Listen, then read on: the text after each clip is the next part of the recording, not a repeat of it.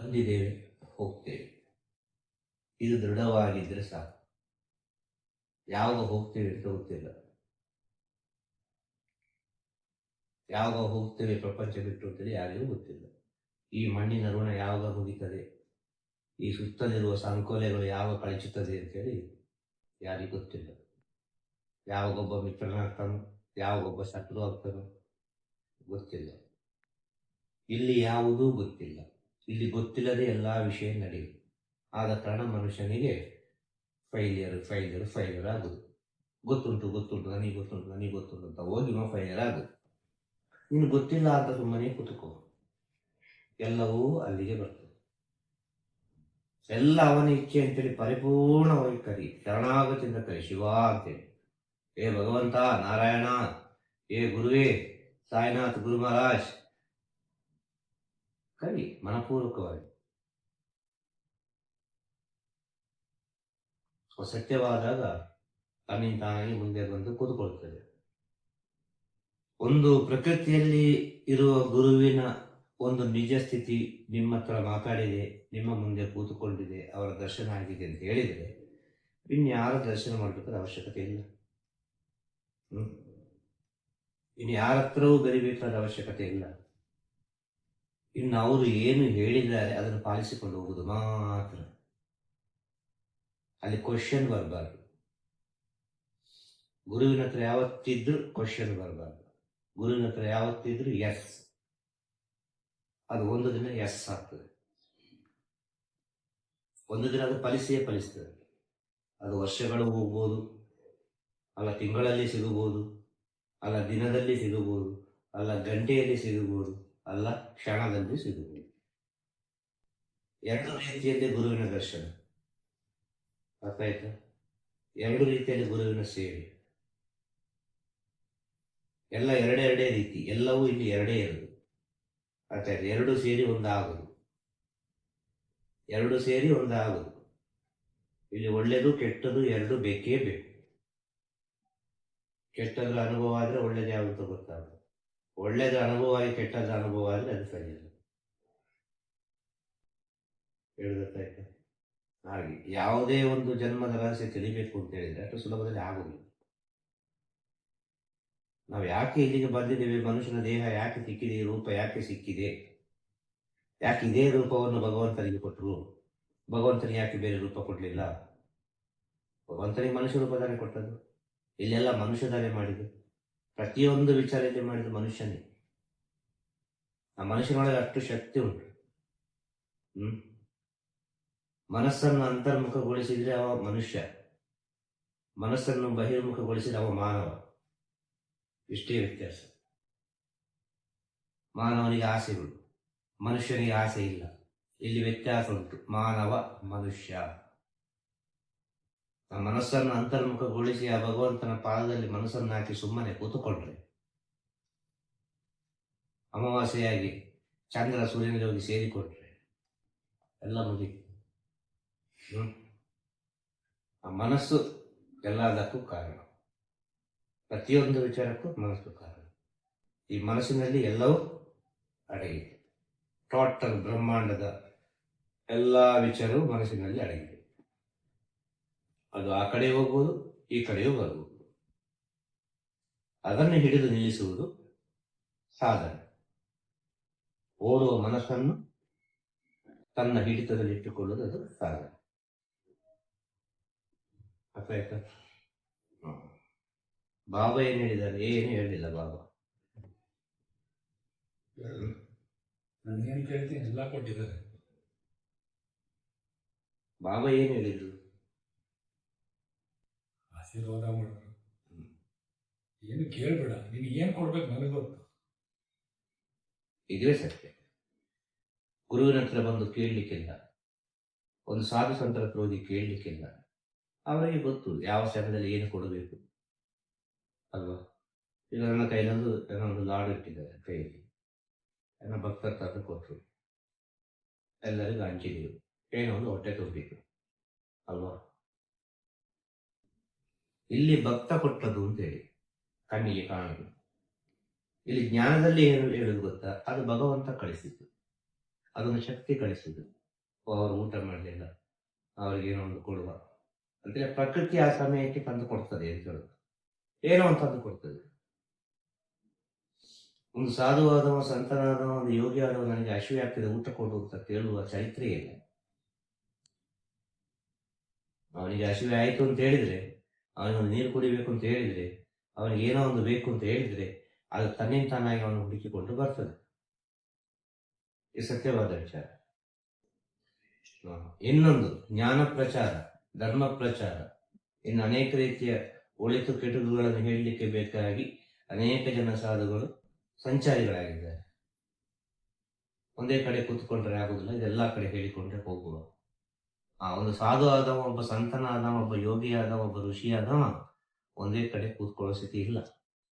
ಒಂದೇ ಕಡೆ ಕೂತ್ಕೊಂಡ್ರೆ ಮಾಯೆ ಅಂಟಿಕೊಂಡಿತ್ತು, ಒಂದೇ ಕಡೆ ಕೂತ್ಕೊಂಡ್ರೆ ಬಾಂಧವ್ಯ ಬೆಳೀತು, ಒಂದೇ ಕಡೆ ಕೂತ್ಕೊಂಡ್ರೆ ಸಂಬಂಧ ಬೆಳೀತು. ಈಗ ನಾವು ಒಂದೇ ಕಡೆ ಕೂತ್ಕೊಂಡ ಕಾರಣ ನಮಿಗೂ ನಿಮಿಗೂ ಒಂದು ಬಾಂಧವ್ಯ, ನಮಿಗೂ ನಿಮಿಗೂ ಒಂದು ಸಂಬಂಧ ಯಾವುದೋ ಒಂದು ರೀತಿಯಲ್ಲಿ. ಅದೇ ನಾವು ಹೋಗ್ತಾನೇ ಇದ್ರೆ ಕನ್ಯಾಕುಮಾರಿ ಟು ಕಾಶ್ಮೀರ, ಕಾಶ್ಮೀರ ಟು ಕನ್ಯಾಕುಮಾರಿ, ಒಂದಿಗೆ ರೌಂಡ್ ಹೊಡಿತಾನೇ ಇದ್ರೆ ಎಲ್ಲರೂ ಸಿಗ್ತಾರೆ ಅಲ್ವಾ, ಒಂದೊಂದು ರೀತಿಯಲ್ಲಿ ಸಿಗ್ತಾರೆ. ಕಲಿಬೇಕು ಹಸಿವೆ ಇದ್ದವರು ಬಂದು ಏನೋ ಒಂದು ಕೇಳ್ತಾರೆ. ಒಂದು ಸತ್ಯ ತಿಳಿದವರು ಆ ಗುರು ಅಂತ ಹೇಳುವಾಗ ಆ ಸ್ಥಿತಿಯಲ್ಲಿ ಇದ್ದಾಗ ಅವ್ರ ಹತ್ರ ಹೋಗಿ ಏನೋ ಒಂದು ವಿಷಯವನ್ನು ಕೇಳಿ ತಿಳ್ಕೊಳ್ತಾರೆ. ಏನಿದೆ ಒಂದು ಆಶೀರ್ವಾದ ಮಾಡಿ ಅಂತ ಹೇಳ್ತಾರೆ. ಒಬ್ಬ ಸಾಧುವಾದವ, ಸಂತನಾದವ, ಒಬ್ಬ ಯೋಗಿ ಆದವ ನೀನು ಬಾ ಅಂತ ಹೇಳಲಿಕ್ಕಿಲ್ಲ.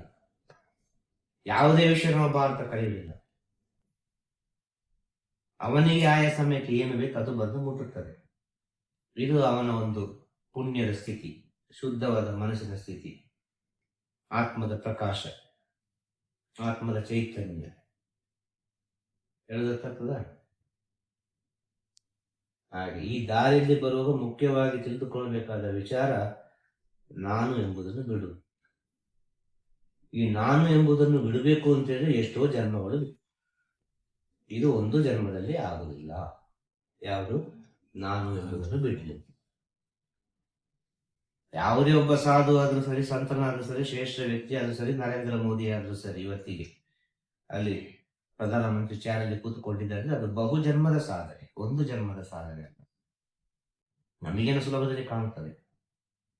ಅದೇ ರೀತಿ ಒಳ್ಳೆಯದು ಉಂಟು, ಕೆಟ್ಟದ್ದು ಉಂಟು.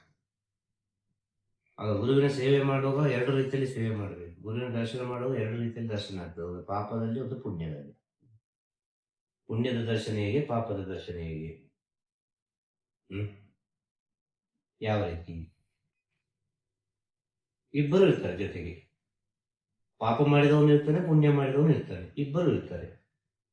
ಪುಣ್ಯ ಮಾಡಿದವನಿಗೂ ಮುಂದೆಗೆ ದಾರಿ ಬೇಕು, ಪಾಪ ಮಾಡಿದವನಿಗೂ ಮುಂದೆಗೆ ದಾರಿ ಬೇಕು. ಪಾಪ ಮಾಡಿದವನು ತಪ್ಪು ಮಾಡಿದ ಅಂತ ದೂರ ಮಾಡ್ಲಿಕ್ಕೆ ಆಗುದಿಲ್ಲ.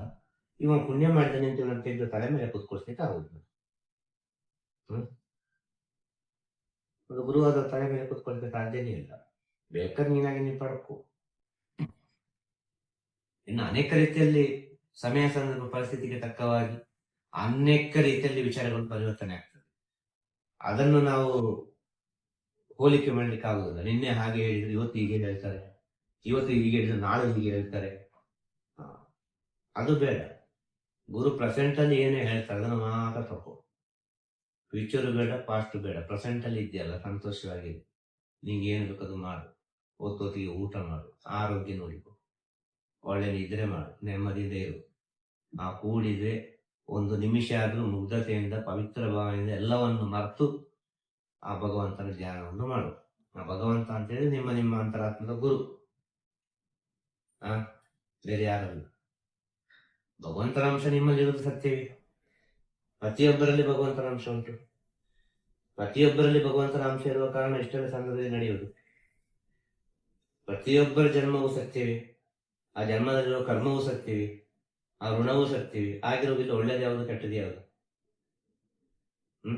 ನಾವ್ಯಾರು ಜಡ್ಜ್ಮೆಂಟ್ ಮಾಡ್ಲಿಕ್ಕೆ ಇನ್ನೊಬ್ಬರ ವಿಷಯ?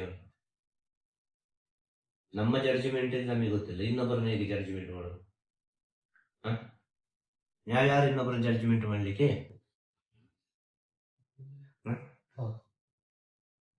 ಇಲ್ಲಿ ಬೇಡ ಜಡ್ಜ್ಮೆಂಟ್ ಎಂಬುದು. ಜಡ್ಜ್ಮೆಂಟ್ ಮಾಡ್ತಾನೊಬ್ಬ, ಅರ್ಥ ಆಯ್ತಲ್ಲ. ಒಂದು ನ್ಯಾಯ ಕೊಡಬೇಕು ಅಂತ ಹೇಳಿದ್ರೆ, ಒಂದು ಸತ್ಯದ ವಿಷಯವನ್ನು ಹೇಳಬೇಕು ಅಂತ ಹೇಳಿದ್ರೆ ಕಣ್ಣು ಮುಚ್ಚಿ ಹೇಳಬೇಕು. ಕಣ್ಣು ಬಿಟ್ಟರೆ ಹೇಳಲಿಕ್ಕೆ ಆಗುದಿಲ್ಲ. ಎಲ್ಲವೂ ಕಾಣ್ತದೆ. ಕಣ್ಣು ಬಿಟ್ಟರೆ ಎಲ್ಲಾ ಮಾಯೆಗಳು ಸೃಷ್ಟಿಯಾಗ್ತದೆ. ಕಣ್ಣು ಬಿಟ್ಟರೆ ಅದಕ್ಕಣ್ಣ ನ್ಯಾಯಾಧೀಶರಲ್ಲಿ ಕೋರ್ಟ್ ಅಲ್ಲಿ ಒಂದು ಹೀಗೆ ನ್ಯಾಯ ದೇವತೆ ಇದೆ.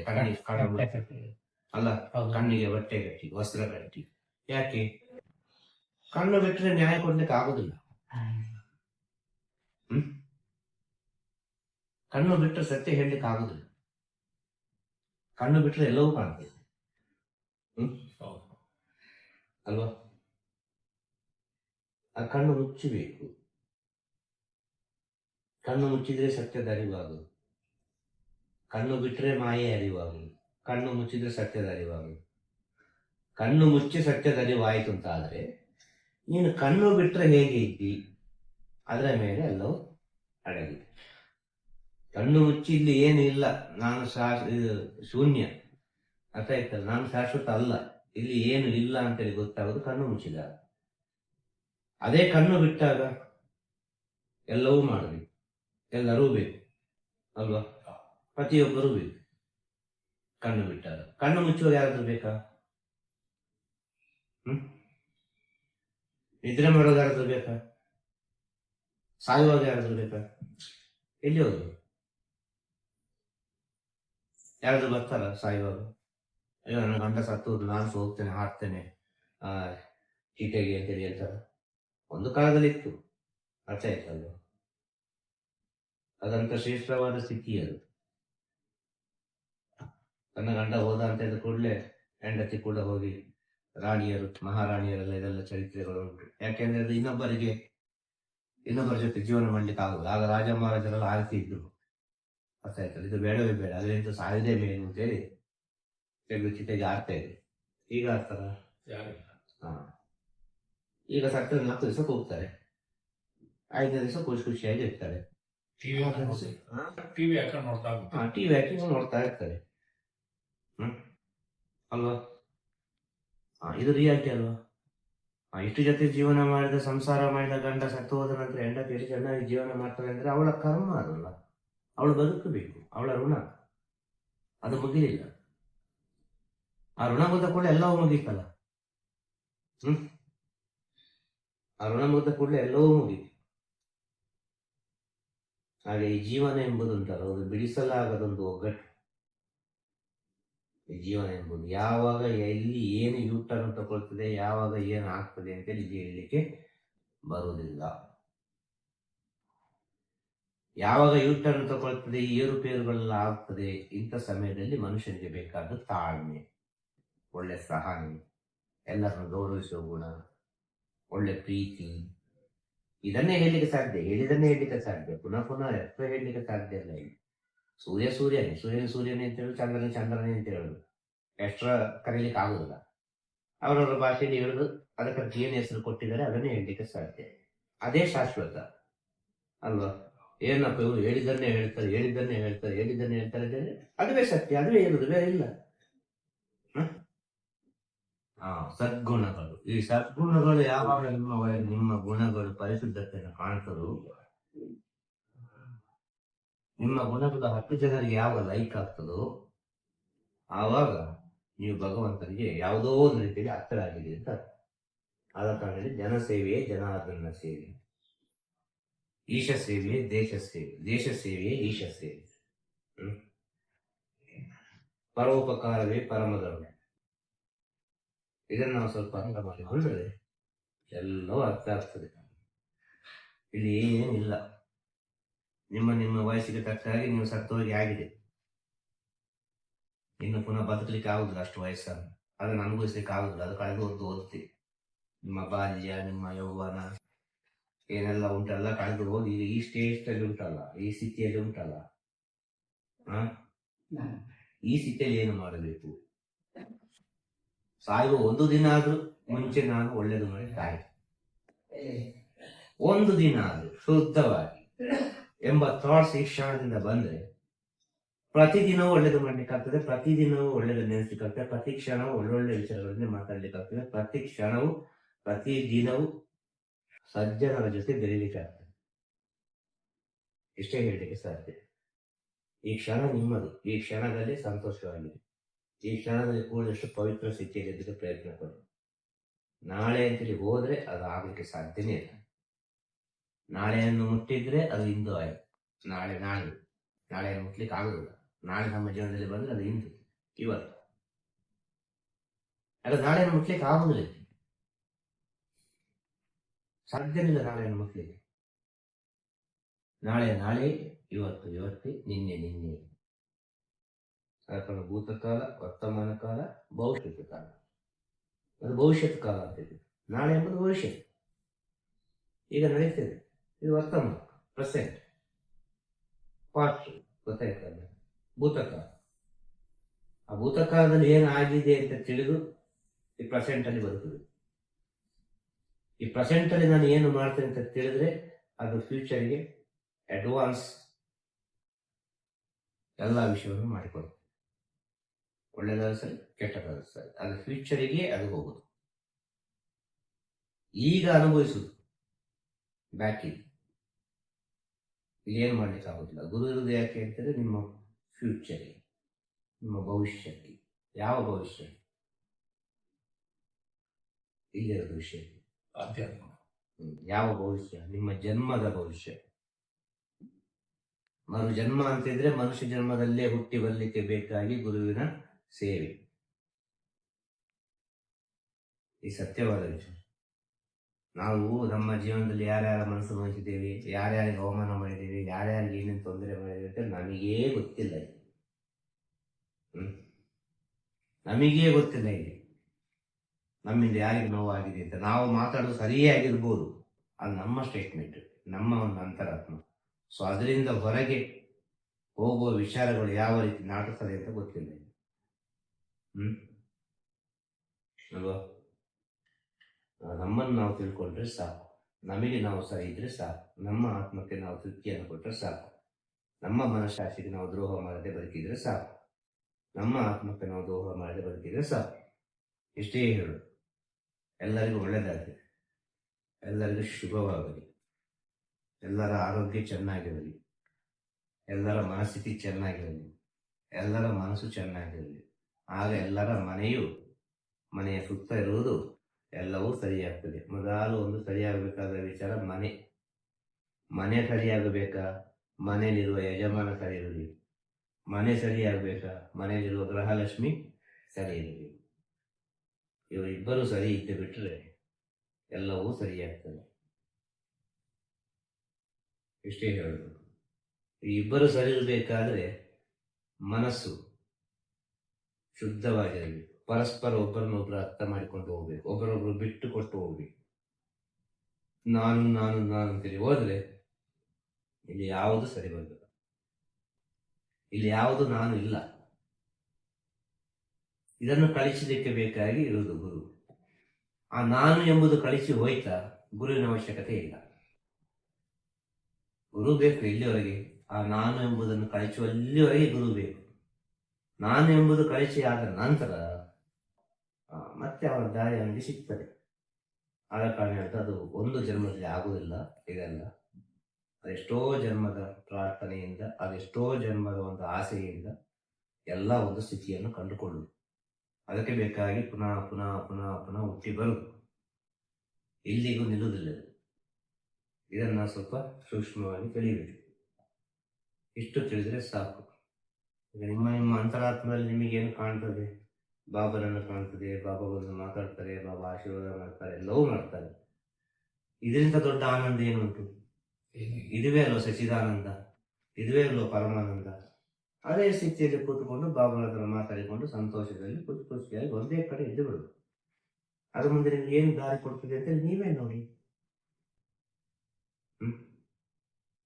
ಇದಕ್ಕೆ ಕಾರಣ ಏನು ಗೊತ್ತಾ? ನಿಮ್ಮ ಒಂದು ವಯಸ್ಸು ಸರಿಯಾದ ಸಮಯದ ವಯಸ್ಸು ಅಂತ ಹೇಳುದು. ಸರಿಯಾದ ಸಮಯ ಅನ್ನೋದು ಕೊಟ್ಟಿದೆ ಅಂತ ಹೇಳುದು. ಎಲ್ಲರಿಗೂ ಒಂದು ಹಂತ ಸಿಗಬೇಕು ಅಂತ ಹೇಳಿದ್ರೆ ಅವ ಎಲ್ಲವನ್ನು ಅನುಭವಿಸಿರಬೇಕು. ಆ ಎಲ್ಲವನ್ನು ಅನುಭವಿಸಿ ಆದ ನಂತರ ಅವ ಒಂದು ನಿರ್ಧಾರ ತಗೊಳ್ತಾರೆ, ಸರಿಯಾಗಿರ್ತದೆ. ಅನುಭವ ಇಲ್ಲದಿಲ್ಲ ಯಾವುದು ಏನು ಮಾಡ್ಲಿಕ್ಕೆ ಆಗುದಿಲ್ಲ. ಆದ ಕಾರಣ ಅವರವರ ಅನುಭವವೇ ಅವರವರಿಗೆ ಶ್ರೇಷ್ಠವಾದ ಗುರು. ಗುರು ಎಂಬುದು ತತ್ವ, ಗುರು ಎಂಬುದು ಸತ್ಯ, ಗುರು ಎಂಬುದು ಪ್ರೀತಿ, ಗುರು ಎಂಬುದು ಕರುಣೆ. ಗೊತ್ತಾಯ್ತಲ್ಲ? ಇದಕ್ಕೆ ಗುರುವಿನ ಸ್ಥಿತಿ ಅಂತ ಹೇಳುದು. ಒಂದು ಗುರು ಪ್ರಪಂಚದಲ್ಲಿರುವ ಅಷ್ಟು ತಾಯಂದಿರಿಗೆ ಸಮವಾಗಿರ್ತಾನೆ. ನಿಜವಾದ ಗುರು ಆ ಒಂದು ಸ್ಥಿತಿಯಲ್ಲಿದ್ದರೆ ನಾವು ಯಾವುದೂ ಇಲ್ಲ, ಭೇದ ಭಾವ, ಒಳ್ಳೆಯದು ಕೆಟ್ಟದು, ನನ್ನ ಮಕ್ಕಳು ಇದು ಅವರ ಮಕ್ಕಳು ಹಾಗೆ ಹೀಗೆ ಎಲ್ಲ ಇಲ್ಲವೇ ಇಲ್ಲ. ಅವನಿಗೆಲ್ಲ ಒಂದೇ ಮಕ್ಕಳು. ಅರ್ಥ ಆಯ್ತಲ್ವ? ಅವನ ಪರಿವಾರ ಒಂದೇ ಪರಿವಾರ, ಅವನ ಸಂಸಾರ ಒಂದೇ ಸಂಸಾರ. ಗುರುವಿಗಿಂತ ದೊಡ್ಡ ಸಂಸಾರಸ್ಥರು ಈ ಪ್ರಪಂಚದಲ್ಲಿ ಯಾರೂ ಇಲ್ಲ. ಡೆಫಿನೆಟ್ ಆಗಿ ಅದನ್ನೇ ಹೇಳಿದರು, ಕೃಷ್ಣಂ ಒಂದೇ ಜಗದ್ಗುರು, ಕೃಷ್ಣಂ ಒಂದೇ ಜಗದ್ಗುರು, ವಾಸುದೈವ ಕುಟುಂಬ. ಕೃಷ್ಣ ಮುಂದೆ ಜಗದ್ಗುರು, ಅವನ ಒಬ್ಬನೇ ಜಗದ್ಗುರು ಆಗಲಿಕ್ಕೆ ಸಾಧ್ಯ. ಎಲ್ಲ ಅವತಾರದಲ್ಲಿ ಗುರು ಅಂತ ಬರಲಿಲ್ಲ, ಕೃಷ್ಣನ ಅವತಾರದಲ್ಲಿ ಮಾತ್ರ ಗುರು ಅಂತೇಳಿ ಬಂತು. ಕೃಷ್ಣನಿಗೆ ಮಾತ್ರ ಒಂದು ವಿಷಯ ಸಿಕ್ಕಿತು. ಅಲ್ವಾ? ಹಾಗೆ ಕೃಷ್ಣ ಅಂದ್ರೆ ಎಲ್ಲರಿಗೂ ಬೇಕಾದವನು. ಅವನ ಹತ್ರ ಈ ಗುರುವಿನೆಲ್ಲ ತತ್ವಗಳು ಅಡಗಿದೆ ಅವನೊಳಗೆ. ಆದ ಕಾರಣ ಅವನೆಲ್ಲರಿಗೂ ಬೇಕಾದವನಾದ, ಪ್ರತಿಯೊಬ್ಬರಿಗೂ ಬೇಕಾದವನಾದ, ಮಕ್ಕಳಿಗೆ ಕೂಡ ಬೇಕಾದವನಾದ, ಬಾಲ್ಯದಲ್ಲೂ ಬೇಕಾದವನಾದ, ಯೌವನಸ್ಥರಿಗೂ ಬೇಕಾದವನಾದ, ಸಂಸಾರಸ್ಥರಿಗೂ ಬೇಕಾದವನಾದ, ಅಲ್ವಾ? ಜ್ಞಾನಿಗಳಿಗೆ, ಯೋಗಿಗಳಿಗೆ, ಸಂತರಿಗೂ ಬೇಕಾದವನಾದ, ಎಲ್ಲರಿಗೂ ಅವನು ಬೇಕಾದವನಾದ. ಆಗ ಎಷ್ಟು ದೊಡ್ಡ ಸಂಸಾರ ಅಲ್ವಾ? ಇದನ್ನು ನಾವು ಸ್ವಲ್ಪ ಅರ್ಥ ಮಾಡಿದ್ರೆ ಸಾಕಾಗ್ತದೆ. ಗುರುವಿನ ಸ್ಥಿತಿ ಅಂದ್ರೆ ಏನು, ಗುರುವಿನ ಮಹತ್ವ ಅಂದ್ರೆ ಏನು, ಗುರು ಅಂದ್ರೆ ಏನು, ಯಾಕೆ ನಾವು ಗುರುಗಳ ಹತ್ರ ಹೋಗ್ತೇವೆ, ಯಾಕೆ ಅದರಲ್ಲಿ ಕೂತ್ಕೊಳ್ತೇವೆ, ಯಾಕೆ ನಾವು ಅವರಿಗೆ ಕೈ ಮುಗಿತೇವೆ, ಇದೆಲ್ಲ ತುಂಬಾ ಸೂಕ್ಷ್ಮವಾಗಿ ಅರ್ಥ ಮಾಡಿದ್ರೆ ಮಾತ್ರ ಗೊತ್ತಾಗೋದು. ಗುರು ಎಲ್ಲಿ ಹೇಳಿದಲ್ಲ, ಯಾವುದೇ ಸಾಧು ಸಂತ ಹೇಳಿಲ್ಲ ಪ್ರಪಂಚದಲ್ಲಿ. ಆ ಸತ್ಯ ಸ್ಥಿತಿಯಲ್ಲಿ ಹೋಗುವ ಆ ಸ್ಥಿತಿಗತಿಗಳು ನೀನು ಬಾ ಬಾ ಬಾ ಅಂತ ಹೇಳಿಲ್ಲ, ನೀನು ನಮಸ್ಕಾರ ಮಾಡು ಅಂತ ಹೇಳಿಲ್ಲ, ನಿನಗೆ ಕೂತ್ಕೋ ಅಂತ ಹೇಳಿಲ್ಲ, ನೀನು ಯಾಕೆ ಬಂದದಪ್ಪ ಹೋಗಿ ಬಿಡು ಅಂತ ಹೇಳ್ತಾರೆ. ನೀ ಯಾಕೆ ಬಂದದ್ದು, ಯಾಕೆ ಹೋಗಿ ಬಿಡು, ಎಂತ ಉಂಟು ಇಲ್ಲಿ, ನನ್ನ ಹತ್ರ ಎಂತ ಉಂಟು, ನಿನ್ನ ಕರ್ಮ ನೀನದನ್ನು ಅನುಭವಿಸಬೇಕು, ನಾನು ಹೇಳಿ ಚೇಂಜ್ ಆಗುದಿಲ್ಲ. ಯಾವಾಗ ನೀನು ನಿನ್ನೊಳಗೆ ಅರ್ಥ ಮಾಡಿಕೊಳ್ತೀವಿ ಆವಾಗ ಎಲ್ಲವೂ ಚೇಂಜ್ ಆಗ್ತದೆ ಅಲ್ವಾ? ಹೇಳುದು ವಿಷಯ. ಕಾಶಿಗೆ ಹೋಗ್ತಾರೆ ನಾವು, ಪವಿತ್ರ ಅಂತ ಹೋಗ್ತೇವೆ ಕಾಶಿಗೆ, ಹೋಗಿ ಗಂಗಾ ಸ್ನಾನ ಎಲ್ಲ ಮಾಡಿ ಬರ್ತೇವೆ, ಎಲ್ಲವೂ ಮಾಡಿ ಬರ್ತೇವೆ, ಪವಿತ್ರವಾಯಿತು ಅಂತೇಳಿ ಅಲ್ವಾ? ಅಷ್ಟು ಪವಿತ್ರವಾದ ಸ್ಥಿತಿ ಇದ್ರೆ ಆ ಕಾಶಿಯಲ್ಲಿ ಒಬ್ಬ ಬೋಟ್ ಓಡಿಸ್ತಾನಲ್ಲ, ಆ ಕಾಶಿಯಲ್ಲಿ ಒಬ್ಬ ಹೆಣ ಸುಡ್ತಾನಲ್ಲ, ಇವನು ಪವಿತ್ರವ? ಇವ ಯಾಕೆ ಪವಿತ್ರ ಆಗಲಿಲ್ಲ? ಇವನಿಗೆ ಯಾಕೆ ಆಸೆ, ಇವನಿಗೆ ಯಾಕೆ ಕಾಣಿಕೆ, ಇವನಿಗೆ ಯಾಕೆ ಎಲ್ಲ ವಿಚಾರಗಳು? ಅವ ಪವಿತ್ರ ಆಗ್ಬೇಕಿತ್ತಲ್ಲ. ಗಂಗೆಯಲ್ಲಿ ನಿಂದ ಕೂಡಲೇ ಎಲ್ಲವೂ ಸರಿ ಆಗ್ತದೆ ಅಂತ ಹೇಳಿದ್ರೆ ಆ ಗಂಗೆಯಲ್ಲಿರೋ ಕಪ್ಪೆಗೆ ಯಾಕೆ ಮೋಕ್ಷ ಸಿಕ್ಲಿಲ್ಲ? ಆ ಗಂಗೆಯಲ್ಲಿರೋ ಜೀವರಾಶಿಗಳಿಗೆ ಯಾಕೆ ಮೋಕ್ಷ ಸಿಕ್ಲಿಲ್ಲ? ಸಿಗಬೇಕಲ್ಲ. ಅವರವರ ಕರ್ಮ ಎಲ್ಲಿ ಏನೇನು ಮಾಡಬೇಕು ಅದು ಮಾಡಲೇಬೇಕು. ನಿನ್ನ ಕಾಶಿಯಲ್ಲಿ ಇದ್ರು ಸರಿ, ರಾಮೇಶ್ವರದಲ್ಲಿ ಇದ್ರು ಸರಿ, ಅಲ್ಲ ಹಿಮಾಲಯದಲ್ಲಿ ಇದ್ರು ಸರಿ, ನಿನ್ನ ಕರ್ಮ ಏನು ಉಂಟು, ಯಾವ ಜನ್ಮದ ಋಣ ಉಂಟು, ಅದನ್ನು ಮಾಡಿ ಆಗಬೇಕು, ಬೇರೆ ದಾರಿ ಇಲ್ಲ. ಈ ಸತ್ಯವನ್ನು ತಿಳಿದ್ರೆ ಹ್ಯಾಪಿ, ಸಂತೋಷ, ಪರಮಾನಂದ, ಸಚ್ಚಿದಾನಂದ ಸ್ಥಿತಿ, ಖುಷಿಯಾಗಿ ಇರುವುದು. ಆಡು ಭಾಷೆ ಹೇಳುವುದಾದ್ರೆ ಸಂತೋಷವಾಗಿ ಇರುವುದು, ನೆಮ್ಮದಿಯಿಂದ ಇರುವುದು, ಆನಂದದಿಂದ ಇರುವುದು. ಆನಂದ ಅಂದ್ರೆ ಸ್ವಲ್ಪ ಇನ್ನು ಮೇಲೆ ಹೋಗ್ತದೆ, ಅದು ತನ್ನ ಒಳಗೆ ಆಗುದು ಆನಂದ. ಅರ್ಥ ಆಯ್ತಲ್ವ? ಎಲ್ಲರೊಟ್ಟಿಗೆ ಸಂತೋಷವಾಗಿದ್ರೆ ಅದು ಒಂದು ಭೌತಿಕ ಪ್ರಪಂಚದ ಒಂದು ಸ್ಥಿತಿ.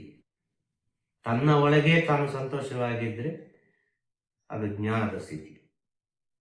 ಅರ್ಥ ಆಯ್ತಲ್ವ? ಸಂಸಾರಕ್ಕೂ ಆಧ್ಯಾತ್ಮಿಕ ಅಂತ ಹೇಳ್ತಾರಲ್ವ, ಆಧ್ಯಾತ್ಮಿಕ ಅಂತೇಳಿ ನಿಲ್ಲಿಸ್ತಾರೆ, ನಿಲ್ಲುವುದಿಲ್ಲ. ಆಧ್ಯಾತ್ಮಿಕ ಈ ಕಡೆ ಬರಬೇಕು. ಆಧ್ಯಾತ್ಮಿಕ ಅಂದ್ರೆ ಅದು ಸೇತುವೆ ಮಾತ್ರ, ದಾರಿ ಮಾತ್ರ, ನೀನು ಹೋಗುವ ದಾರಿ. ಈ ದಾರಿಯಲ್ಲಿ ಇನ್ನು ಕಲ್ಲು ಮುಳ್ಳನ್ನೆಲ್ಲ ಮೆಟ್ಟಿಕೊಂಡು ಹೋಗಿ ಸಂತೋಷದಲ್ಲಿ, ಶರಣಾಗತಿಯಲ್ಲಿ, ಯಾವುದೇ ರೀತಿಯ ದ್ವೇಷ ಮತ್ಸರ ಎಲ್ಲ ಮಾಡದೆ, ಯಾವುದೇ ರೀತಿಯ ಒಂದು ವಿಷಯವನ್ನೆಲ್ಲ ಒಳಗೆ ಹಾಕಿಕೊಳ್ಳದೆ ಶಿವನೇ ಅಂತ ನೀನು ನಡ್ಕೊಂಡು ಹೋಗ್ತೀಯಲ್ಲ, ಇದು ಆಧ್ಯಾತ್ಮಿಕ ದಾರಿ. ಎಲ್ಲ ಹೋಗಿ ಒಂದು ಕಡೆ ಕೂತುಕೊಳ್ತೀಯಲ್ಲ, ಅದು ಜ್ಞಾನ. ಎಲ್ಲವನ್ನು ಅನುಭವಿಸಿ ಹೋಗಿ ಒಂದು ಕಡೆ ತಟಸ್ಥ ಸ್ಥಿತಿಯಲ್ಲಿ ಕೂತುಕೊಳ್ತೀವಿ, ಸಾಕು ಅರ್ಥಾಯ್ತಲ್ವ, ಅದು ಜ್ಞಾನಕ್ಕೆ ಹೋಗಿ ಸೇರ್ತದೆ. ವ್ಯತ್ಯಾಸ ಉಂಟು. ಜ್ಞಾನ ಎಲ್ಲರೂ ಜ್ಞಾನಿಗಳೇ, ಎಲ್ಲರ ಹತ್ರ ಕಲೀಲಿಕ್ಕೆ ಉಂಟು, ಆ ಮಗುವಿನ ಹತ್ರ ಸಹ ಕಲೀಲಿಕ್ಕೆ ಉಂಟು. ಅದು ಎಲ್ಲರಿಗೂ ಭಗವಂತ ಕೊಟ್ಟಿದ್ದಾನೆ ಜ್ಞಾನವನ್ನು, ಅವರವರಿಗೆ ತಕ್ಕವಾಗಿ, ಅವರವರ ಕರ್ಮಕ್ಕೆ ತಕ್ಕವಾದ ಜ್ಞಾನ ಕೊಟ್ಟಿದ್ದಾನೆ. ಒಬ್ಬ ಡಾಕ್ಟರ್ ಅಂತ ಹೇಳಿದ್ರೆ ಡಾಕ್ಟರ್ಗೆ ತಕ್ಕವಾದ ಜ್ಞಾನ ಕೊಟ್ಟಿದ್ದಾನೆ. ಅದು ಅವನ ಒಳಗೆ ಮೊದಲೇ ಫಿಕ್ಸ್ ಆದ ಕಾರಣ ನಾವು ಡಾಕ್ಟರ್ ಆಗುದ, ಅದನ್ನು ಬರುವಾಗಲೇ ಪಡ್ಕೊಂಡು ಬಂದಿದ್ದಾನೆ. ಅರ್ಥ ಆಯ್ತಾ? ಒಬ್ಬ ಇಂಜಿನಿಯರಿಂಗ್, ನಾವು ಬರುವಾಗಲೇ ಅದನ್ನು ಪಡ್ಕೊಂಡು ಬಂದಿದ್ದಾನೆ. ಅವ ಅದೇ ದಾರಿಯಲ್ಲಿ ಹೋಗುದವ, ಏನು ಮಾಡಿದ ಅವನು ಇಂಜಿನಿಯರೇ ಆಗುದಿಲ್ಲ, ಅಷ್ಟೇ ಅವನ ವಿಧಿ ಅದು. ಅರ್ಥ ಆಯ್ತಾ? ಅವರವರಿಗೆ ಏನೇನು ಜ್ಞಾನ ಬೇಕೋ ಆ ಜ್ಞಾನ ಕೊಟ್ಟಿದ್ದಾರೆ. ಇಲ್ಲಿಂದ ಈ ಮಾಯದಿಂದ ಆ ಸತ್ಯದ ಕಡೆಗೆ ಹೋಗಬೇಕಾದ್ರೆ ಆ ಜ್ಞಾನ ಎಲ್ಲರಿಗೂ ಕೊಡಲಿಲ್ಲ. ಈ ಮಾಯೆಯಿಂದ ದಾಟುವ ಜ್ಞಾನ ಇದು ಎಲ್ಲರ ಹತ್ರ ಇಲ್ಲ. ಗುರುಗಳ ಹತ್ರ ಅಂತ ಹೇಳಲಿಕ್ಕೆ ಆಗುದಿಲ್ಲ. ಅರ್ಥ ಆಯ್ತಲ್ವ ಹೇಳುದು? ಇದು ಪ್ರಪಂಚದಲ್ಲಿ ಇವತ್ತು ಗುರುಗಳು ಗುರುಗಳು ಗುರುಗಳು ಅಂತ ಹೇಳಿ ಈ ಯಾವ ಸ್ಥಿತಿ ಆಗಿದೆ. ನಿಜವಾಗಿ ಗುರುಗಳ ದರ್ಶನ ಮಾಡುದು ಅಂತ ಹೇಳಿದ್ರೆ ಅದು ಅಷ್ಟು ಶ್ರೇಷ್ಠ. ಅದು ನಾನು ಅದೇ ಕೇಳೋಣ ಅಂತಿದ್ದೆ, ನನ್ನ ಮನಸ್ಸಲ್ಲಿ ಅದೇ ಇತ್ತು. ಅದೇ ಇತ್ತ? ಅದೇ ಹೇಳುದಲ್ಲ, ಈಗಿನ ಪ್ರಪಂಚದಲ್ಲಿ ಗುರುಗಳು ಗುರುಗಳು ಗುರುಗಳು, ನೋಡಿದವರೆಲ್ಲ ಗುರುಗಳು, ಕಂಡವರೆಲ್ಲ ಗುರುಗಳು ಆಗಿಬಿಟ್ರೆ ಇಲ್ಲಿ ಆ ಗುರುವಿಗೆ ಮಹತ್ವವೇ ಇಲ್ಲ ಅಂತ ಹೇಳುದು. ಆ ಸತ್ಯ ತಿಳಿದವನಿಗೆ ಮಾತ್ರ ಗುರು ಏನಂತ ಕಣ್ಣಿಗೆ ಕಾಣುದು. ಎಲ್ಲರಿಗೆ ಗುರು ಏನಂತೇಳಿ ಕಣ್ಣಿಗೆ ಕಾಣಲಿಕ್ಕೆ ಸಾಧ್ಯನೇ ಇಲ್ಲ. ಇದೆಲ್ಲ ಒಂದು ಕ್ಯೂರಿಯಾಸಿಟಿ, ಅದು ಕುತೂಹಲ. ಅರ್ಥ ಆಯ್ತಲ್ಲ? ಗುರುಗಳಿದ್ದಾರಂತ ಹೋಗಿ ಬರು, ಅಲ್ಲಿಗೆ ಹೋದ್ರೆ ಒಳ್ಳೆದಾಗ್ತಂತೆ, ಅವ್ರನ್ನ ಪವರ್ಫುಲ್ ಅಂತೆ, ಅವ್ರು ಹಾಗೆ ಅಂತೆ, ಅವ್ರು ಹೀಗೆ ಅಂತೆ, ಅವ್ರು ನೋಡಿದ ಕೂಡಲೇ ಹೇಳ್ತಾರಂತೆ. ಇದೆಲ್ಲ ನಿಜವಾಗಿ ಸತ್ಯದ ಸ್ಥಿತಿಯ? ಇಲ್ಲ, ಇಲ್ಲ. ಇದರ ಸ್ಥಿತಿಯಲ್ಲ. ಒಂದು ನಿಜವಾಗಿ ಒಂದು ಗುರು ಅಂತೇಳಿ ಆದ್ರೆ ಅವರ ಜೊತೆ 4 ಜನ 5 ಜನ ಮಾತ್ರ ಇದ್ದಾರೆ, ಅಷ್ಟೇ ಸತ್ಯ ಹೇಳೋದು ನಾನು. ಮತ್ತೆಲ್ಲ ಕಾಕಕೂಟದಾಗೆಲ್ಲ ಹಾರಿ ಹೋಗುದೇ. ಒಂದು ಕಲ್ಲು ಬಿದ್ದರೆ ಸಾಕು, ಒಂದು ಮರದಲ್ಲಿ ತುಂಬಾ ಕಾಯಿ ಕೂತ್ಕೊಂಡಿದೆ, ಒಂದು ಕಲ್ಲು ಬಿಸಾಡು ಎಲ್ಲ ಹಾರಿ ಹೋಗ್ತದೆ. ಅದೇ ರೀತಿ ಇರುವುದು ಈ ಭಕ್ತರುಗಳೆಲ್ಲ. ನಿಜ ಸ್ಥಿತಿಯಲ್ಲಿ ಹೇಳುವುದಾದ್ರೆ, ಸತ್ಯ ಸ್ಥಿತಿಯಲ್ಲಿ ಹೇಳುವುದಾದ್ರೆ ಅರ್ಥ ಮಾಡಿಕೊಂಡವ ಒಬ್ಬನ ಇಬ್ಬನ ಇರ್ತಾನೆ ಜೊತೆ. ಫೈನಲ್ ಆಗಿ ಅವನಿಗೆ ಅರ್ಥ ಆಗಿದೆ, ಅವನಿಗೆ ಇನ್ನೊಬ್ಬನಿಗೆ ಅರ್ಥ ಮಾಡಿಸ್ಲಿಕ್ಕೆ ಆಗುದಿಲ್ಲ. ಇದುವೇ ದೈವಿಕ ರಹಸ್ಯ. ನಿನಗೆ ಅರ್ಥ ಆಗಿದೆ, ಅದು ನಿನ್ನ ಹತ್ರವೇ ಇರಲಿ, ಅದು ನೀನು ಇನ್ನೊಬ್ಬನಿಗೆ ಹೇಳಿದ್ರೆ ಅದು ಒಪ್ಪುವಂತ ವಿಚಾರ ಅಲ್ಲ. ಅರ್ಥ ಆಯ್ತಾ? ಇವತ್ತಿನ ಪರಿಸ್ಥಿತಿ ಆಗಿದೆ ಅಂತ ಹೇಳುದು. ಇಲ್ಲಿ ಯಾವುದು ಒಳ್ಳೇದು ಯಾವುದು ಕೆಟ್ಟದ್ದು ಅಂತ ಗೊತ್ತಿಲ್ಲ. ಹೋಗ್ತಾ ಉಂಟು ನಮಃ ಶಿವಾಯ ಅಂತೇಳಿ. ಒಂದು ಗುರುವಾದವರಿಗೆ ಇರ್ತದಪ್ಪ ನಾಚಿಗೆ, ಒಂದು ಗುರುವಾದವರಿಗೆ ಇರ್ತದಕ್ಕೆ ಮರ್ಯಾದೆ, ಒಂದು ಗುರುವಾದವರಿಗೆ ಎಂತದಕ್ಕೆ ಗೌರವ, ಒಂದು ಗುರುವಾದವರಿಗೆ ಎಂತದಕ್ಕೆ ಹೆಸರು, ಒಂದು ಗುರುವಾದವರಿಗೆ ಎಂತದಕ್ಕೆ ಎಂತ ಬೇಕು. ಅವರೆಂಥದಿಲ್ಲ. ಅವರಿಗೆ ಬೇಕಾದ್ರೆ ಅವ್ರ ಜೀವನ ಮಾಡ್ತಿಲ್ಲ, ಅವ್ರು ಇನ್ನೊಬ್ರಿಗೆ ಬೇಕಿಗೆ ಮಾಡುದು. ಈ ಪ್ರಕೃತಿಯಲ್ಲಿ ಏನೋ ಒಂದು ಒಳ್ಳೇದಾಗಲಿ, ಒತ್ತೊತ್ತಿಗೆ ಮಳೆ ಬರಲಿ, ಒತ್ತೊತ್ತಿಗೆ ಬೆಳೆ ಆಗಲಿ, ಮನುಷ್ಯ ಕುಲ ಚೆನ್ನಾಗಿರ್ಲಿ, ಕೂಡಿದ್ರೆ ಯಾರಾದ್ರೂ ಬಂದ್ರೆ ಒಂದೆರಡು ವಿಷಯ ಹೇಳಿ ಅವರವರಿಗೆ ತಿಳಿದ ಮಟ್ಟಿಗೆ ಹೇಳಿ ಸಂತೋಷವಾಗಿ ಅಂತ ಕಳಿಸಿ ಬಿಡ್ತಾರೆ. ಹೇಳ್ದಾಯ್ತಾ? ಈ ಸತ್ಯ ವಿಷಯ ನಿಜ ಸ್ಥಿತಿಯಲ್ಲಿ ಇದ್ರೆ ಅವನಿಗೆ ನಾಚಿಕೆ ಆಗುದಿಲ್ಲ. ಅವನಿಗೆ ಏನಾದ್ರೂ ನಾಚಿಕೆ ಆಗುದಿಲ್ಲ. ಅವನೊಂದು ಬೆತ್ತಲೆಯಾಗಿ ಪ್ರಪಂಚದಲ್ಲಿ ನೋಡಿದ್ರು ನಾಚಿಕೆ ಆಗುದಿಲ್ಲ, ಅವನಿಗೆ ಮಾನ ಹೋಗುದಿಲ್ಲ ಅವನದು. ಅರ್ಥ ಆಯ್ತಾ?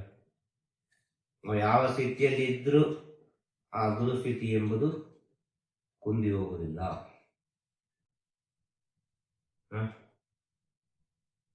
ಅಂತ ಸ್ಟೇಟಸ್ ಇರ್ಬೇಕು, ಅಂತ ಟ್ರಾನ್ಸ್ಪರೆಂಟ್ ಆಗಿರ್ಬೇಕು, ಅಷ್ಟು ಸತ್ಯ ಇರಬೇಕು. ಏನಾದ್ರೂ ಅದಕ್ಕೊಂದು ಉತ್ತರ ಶಕ್ತಿ ಇರಬೇಕು. ಇದೇ ಸತ್ಯ ಅಂತೇಳಿ ಬೇಕಾದ್ರೆ ನೀನು ಅನುಭವಿಸಿ ನೋಡು, ಮತ್ತೆ ಮಾತಾಡು. ಅದಕ್ಕಿಂತ ಮುಂಚೆ ಮಾತಾಡಬೇಡ. ಅನುಭವ ಉಂಟ ಮಾತಾಡು. ಸುಮ್ಮನೆ ಪ್ರಪಂಚ ಮಾತಾಡ್ತದೆ, ಅದು ಮಾತಾಡ್ತದೆ, ಇದು ಮಾತಾಡ್ತದೆ, ನಾವು ಮಾತಾಡ್ಲಿಕ್ಕೆ ಹೋದ್ರೆ ಆಗ್ಲಿಕ್ಕಿಲ್ಲ. ಇವತ್ತು ದೇಶದಲ್ಲಿ ಇಷ್ಟ ತೊಂದರೆ ಬರ್ಲಿಕ್ಕೆ ಕಾರಣ ಏನು? ಅನುಭವ ಇದೆ. ಸಾಧು ಸಂತರನ್ನು, ಸತ್ಯ ಸ್ಥಿತಿಯಲ್ಲಿರುವ ಸಾಧು ಸಂತರನ್ನು ಅವಮಾನ ಮಾಡಿದ ಕಾರಣ, ಅಮ್ಮಂದಿರನ್ನು ಅವಮಾನ ಮಾಡಿದ ಕಾರಣ, ಅಮ್ಮಂದಿರನ್ನು ತಪ್ಪಾದ ದೃಷ್ಟಿಯಲ್ಲಿ ನೋಡಿದ ಕಾರಣ, ಈ ದೇಶದಲ್ಲಿ ಬಂದ ದೊಡ್ಡ ಒಂದು ಈ ಪ್ರಪಂಚದಲ್ಲಿ ಬಂದ ದೊಡ್ಡ ಒಂದು ಪಾಪ ಯಾವುದಂದ್ರೆ ಇದು. ಗೊತ್ತಾಯ್ತಲ್ವ? ಶ್ರೀಶಾಪ, ಶ್ರೀ ಒಂದು ಮನಸ್ಸು ನೊಂದು ಬಿಟ್ಟು ಏನೋ ಒಂದು ಹೇಳಿಬಿಟ್ರೆ ಅದು ಸಾಕು. ಇದೆಲ್ಲ ಕೆಲವರಿಗೆಲ್ಲ ಗೊತ್ತಿರುವಂತ ಕಥೆಗಳು ಪುರಾಣದಲ್ಲೆಲ್ಲ. ಅಷ್ಟು ಶಕ್ತಿ ಉಂಟು ಒಂದು ಅಮ್ಮನಿಗೆ. ಈ ಅಮ್ಮನನ್ನು ಗೌರವಿಸಲಿಕ್ಕೆ ಗೊತ್ತಿಲ್ಲದಿದ್ದರೆ ಇವರು ಎಂಥದನ್ನು ಆಧ್ಯಾತ್ಮಿಕ ಮಾಡುದು, ಎಂತ ಪ್ರವಚನ ಹೇಳುದು. ಅಮ್ಮನನ್ನು ಗೌರವಿಸ್ಬೇಕಲ್ಲ, ಅಮ್ಮಂದಿರಿಗೆ ಒಳ್ಳೆ ಒಂದು ರೆಸ್ಪೆಕ್ಟ್ ಕೊಡಬೇಕಲ್ಲ. ಹೇಳೋದಾಗ್ತದೆ. ಇವತ್ತು ಹಾಗೆಲ್ಲ. ಇವತ್ತು ಹೇಗೆ ಅಂತ ಹೇಳಿದ್ರೆ ಎಲ್ಲ ಕೆಡಿಸುವುದು ಹೇಗೆ ಅಂತ ನೋಡುದಲ್ಲ, ಎಲ್ಲವನ್ನು ಹಾಳು ಮಾಡೋದು ಹೇಗೆ ಅಂತ ನೋಡುದಲ್ಲ.